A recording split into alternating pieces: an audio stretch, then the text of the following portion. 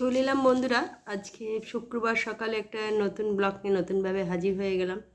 তো আশা করি সকলেই ভালো আছেন। আর কাল থেকে কিন্তু ভালো ঠান্ডা পড়েছে, আমার তো বেশ ঠান্ডা লাগছে। আবার ঠান্ডা পড়লেই আমার নতুন করে সর্দি হবে। কালকে একটু মানে বেরিয়েছিলাম সন্ধ্যেবেলা, তো ভালো করে হয়তো প্রিকশন নিইনি, মানে আরও ভালো করে চাপা দিলে ভালো হতো, তার জন্য একটুখানি ঠান্ডা লেগে গেছে মনে হচ্ছে। আজকে সকাল থেকেই নাক দিয়ে পড়ছে। এইটা আমার ঠান্ডা হলেই না, শীতকালটা এই একটা প্রবলেম। তো চলুন, সকালে উঠতে হয়েছে ভোরবেলা, অনেক ভোরবেলা ঠেলে বেরিয়ে গেছে। তারপরে টুকিটাকি কাজ করে চলে এলাম জলখাবার, যেটা হচ্ছে রুটি, আর এখানে আলু শিম ভাজা করেছি, যেটা আমার খুব পছন্দের। শীতকালে এমন একটা খাবার, মানে শিম ঝাল করো, শিম ভাজা করো, শিমটা একটা আলাদা রকমের। তো সেই জন্যে শিম ভাজাই করেছি আজকে, আলু দিয়ে কুচি কুচি করে কেটে, আর একটু তেল দিয়ে আর শুকনো লঙ্কা দিয়ে কালো জিরে দিয়ে ভালো করে বেশ ভেজেছি। ভালো লাগে বেশ, ঝাল ঝাল কাঁচা লঙ্কাও দিয়েছি আর একটা শুকনো লঙ্কাও দিয়েছি, যেহেতু সর্দি হয়েছে বলে তাই জন্য একটুখানি ঝাল ঝাল করে ভেজেছি। চলুন সকালে এটা দিয়ে হাজব্যান্ডকেও জলখাবার দেবো। আর আছে পাটালি গুড় আছে, যেটা লাস্ট পাতে নেব, তো সেটা দিয়ে আজকে নেব। তবে আজকে শরীরটা জুতের নেই, কারণ বললাম একটু সর্দি হয়েছে, ভালো নাক দিয়ে বেরোচ্ছে আর একটু আনইজি লাগছে। তো চলুন এটা দিয়েই ব্লগটা শুরু করলাম। তবে কাজ করতে তো হবেই, কাজ বসে থাকলে তো হবে না, তাই শুরু করে দিলাম। বন্ধুরা, শুভ দুপুরের লাঞ্চ নিয়ে সকালে তো দেখালামই, আজকে রুটি করেছিলাম, রুটি আর কী বলে যেন ওটা ভাজা, আলু আর শিম ভাজা করেছিলাম।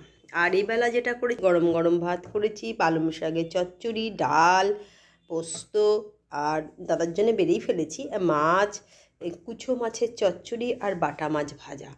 এই হয়েছে আজকে দুপুরের লাঞ্চ। অল্প অল্প করে অনেকগুলোই পদ করে না, শীতকালে অনেক রকম আনাজ হলে সেগুলির ঘরে থাকলে নষ্ট হয়ে যাবে, হয় একটু একটু করে করেই ফেলি। তা চলুন, শুভ দুপুরের শুভেচ্ছা রইল।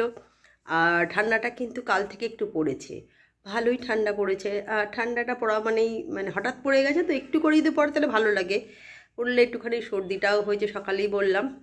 সব কিছুর মধ্যেই চলছে, তো এইসবের মধ্যেই চলতে হবে। সবচেয়ে বড়ো কথা, সবার তো পরীক্ষা চলছে, সেটা নিয়ে বেশি চাপ। খাতা দেখা, পড়ানো, কোনো রকম কামাই করা যাবে না, সব মতন ঠিক মতন পড়াতে হবে, পড়া বুঝে নিতে হবে, কোশ্চেন দেখতে হবে, এই নিয়েই চলছে।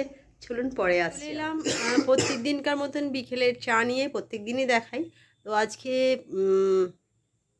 দুপুরবেলা যে পড়ানোটা থাকে সেটা আজকে আর হয়নি, কারণ আজকে দুপুরবেলা যারা যারা পড়ে তারা সব প্রত্যেকেই আজকে বিয়ে বাড়ি গেছে, তো সেই জন্যে আজকে আর দুপুরবেলা পড়ানোটা হয়নি।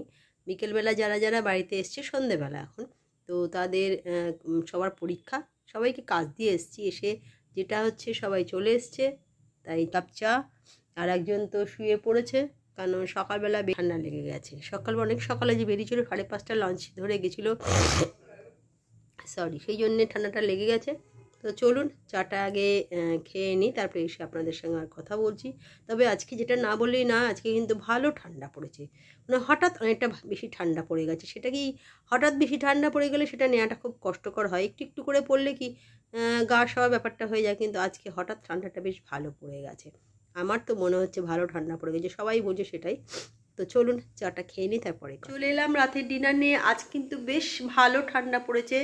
সন্ধেবেলা আজকে জলখাবারে একে সর্দি হয়েছে, তার মধ্যে কি খাবো ভাবলাম, একটু ফুচকা খেয়েছিলাম, সেটা কোনো কারণে হয়তো ভুলে গেছি দেখাতে।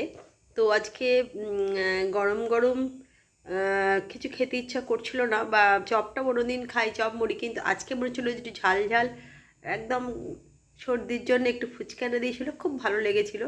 আর রাতে আজকে করেছি একদম গরম গরম কষা কষা, অল্পই করেছি, আর রুটি, একদম কষা কষা চিকেন আর রুটি করেছি ডিনার।